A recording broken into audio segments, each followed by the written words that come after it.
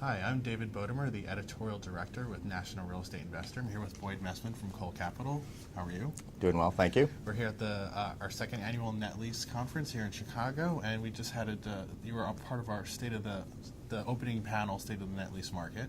It seemed like a very interesting discussion. What were some of your kind of takeaways from that back and forth?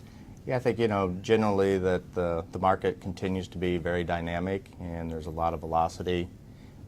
Generally speaking, deal flow is up almost to historical levels back in the 05-07 timeline. Significant amount of capital still in the market, creating a very competitive landscape. So one of the points that came up was about interest rates going up and what the potential impacts or non-impacts of that's happening. So what are your thoughts on that? Yeah, I think generally speaking, at least what we're seeing in the market is interest rates are definitely having an impact on cap rates. Mm-hmm. There's about 120-day lag period. Investors are still pointing back to comps that traded in February, March, and when rates were sub 4%. Now that they're in the high fours range, it's definitely pushing yields down.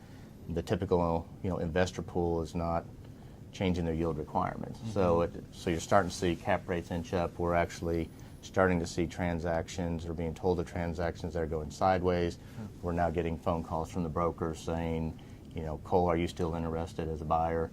And as an all-cash buyer, certainty of close. And the answer is yes, but our price is different. Mm. So it is altering.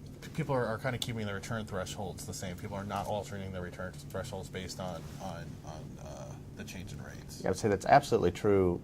For the institutional investor, some of our panel members deal with more like the 1031 individual mm-hmm. buyers, and I think they adjust their return requirements in order to acquire the real estate versus right. the institutions where we're paying dividends and taking care of our shareholders. Right. There's like different motivating right. factors that may push them to take different decisions. Correct.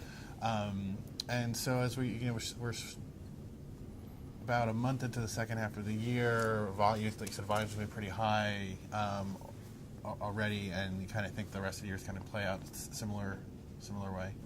Yeah, no, I mean we've closed over $2 billion year to date. We have over $1 billion in our pipeline target. I anticipate that we will close, $4 billion or better this year. Right, and it's about on target with what you did last year as well, or is that a little bit up? Well, it's up. We did $3.2 billion last year, and so my guess is we'll be somewhere around $4 this year. Okay. And general, even with that level, you're increasing your targets. A lot of people also seem to they're trying to buy more. What about the supply question? How does that kind of come in? Yeah, well, I think the supply, what we've seen, since the peak and then the big downturn is, supply has ramped up every year. Okay. We have looked at almost the same amount of supply in my group that we saw all of last year through the first half of this year.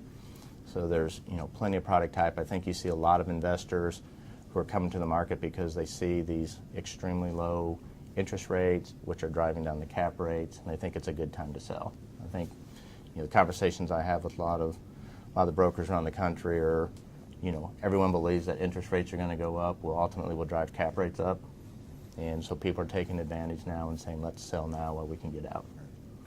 Great. Well, thank you so much for sharing some insights about the panel and what's been happening in the market. Right, thank you.